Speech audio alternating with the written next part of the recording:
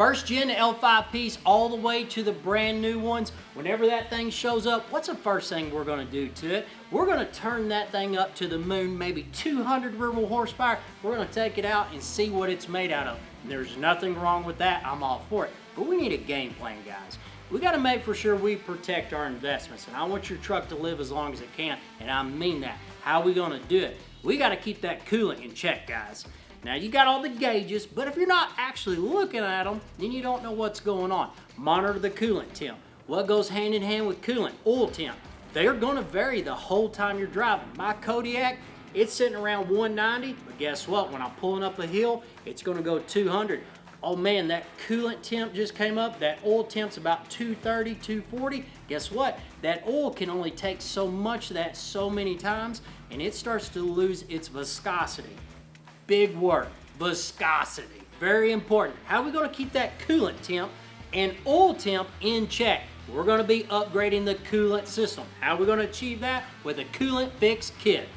Now let's get those coolant temps under control on your L5P. How are we gonna achieve that? We need to get coolant out of the truck as fast as possible, send it up to the heater core, run through the heater core, drop it off at the radiator so the radiator can do its job. And we don't need anything in between that heating it up. So let's achieve that process. First thing we need to know is this. What is this guy? If you pop your hood on your truck, you look at the passenger side, right there beside the battery, you're gonna see two dual barbs. They're gonna be aluminum. This is your heater core. Mine's not identical to yours, but yours will have two little barbs sticking out.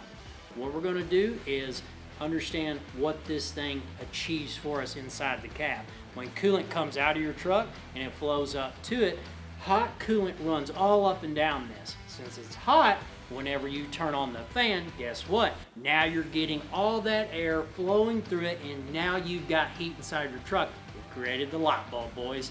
But then after coolant goes through it, you drop it back off at the radiator and it's done its job. So let's make it happen. First CNC billet product I want to show you guys is this one right here. This goes right behind the thermostat housing. There's a big boot, so I got a 45-degree angle in it. Go ahead and plug this thing in there. This will allow us to hook a rubber hose to the back side. See the barb here? We're gonna plug this dude in. Once we've got it on, and you've got it secured with a hose clamp, we need to route it up to the firewall connector. Which one? We're gonna go to the one on the right, closest towards the driver's side. We need a CNC billet fitting here, has two dual O-rings. Go ahead and slide it onto the hose. Once these two are connected, last thing we need to do is complete the circuit. We're gonna slide this dude onto the aluminum barb on the right side, and then we're gonna secure it with a C-clamp. Once you put that clip on there, it's not going anywhere. That is one path of coolant from the engine to the firewall. Now what we need to do is drop all that coolant off at the radiator. Same thing. We're going to focus on the left side of the firewall. So what I want you to do is grab your second CNC billet connector. It's going to go on the left side. Go ahead and attach it to the little bar. Once it's locked on there, of course, secure it with a C-clip. Since it's on there, it's not going anywhere. Grab your rubber hose, attach it to the bar, put a clamp on there, that way coolant ain't going anywhere. Now we just need to drop it off at the radiator. We're down to this connector here. We've got a 5/8 barb. Slide it into the bottom of the hose. Once you slide it into the bottom of the hose, you're gonna see at the bottom of your radiator, there's a leg kicked off with the rubber hose. Attach them together. Once we've done that, coolant now flows out of the engine to the heater core, rushes through it, you guys get heat, then it drops it right back off at the radiator, and everyone's happy. How are we gonna secure that rubber hose so it doesn't lay on the exhaust manifold? Let's check out our P-clamp. What is the P-clamp? The P-clamp was designed for a peace of mind. Anytime that you're routing coolant hoses, last thing that you guys want is to route them beside the exhaust manifold, and one of the lines gets kind of close. But with a P-clamp that's located on the passenger side valve cover, we can steer it away. That way when you're driving the truck, getting it super hot and all the exhaust gas is coming off, that rubber hose ain't going nowhere. You guys can see on the passenger side firewall connector, it runs down It runs over the valve cover, we lock it down, and then we dump it off right there at the radiator. That thing, dude, is locked in there, going nowhere, boys, going nowhere. Now let's jump to the center of the turbocharger and check out one more coolant line. Now we're focused on the variable geometry turbocharger, but the coolant side of it to keep it cool. We still have to run coolant to it and drop it off over here at the coolant tank. How are we going to do it? The bottom portion still gets fed from the engine block. You guys can see me pointing here. That's the bottom pressure side. And once coolant goes to it, it's got to get returned. Once it gets returned, it needs to run towards the factory line and dropped off over at the coolant tank. How do I put those two lines together? This top line here that my finger's pointing at, that's the return line.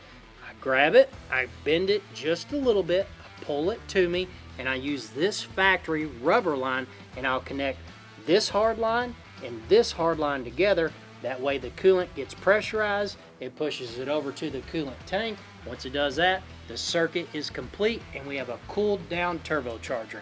Now let's jump below the truck and check out the fuel cooler.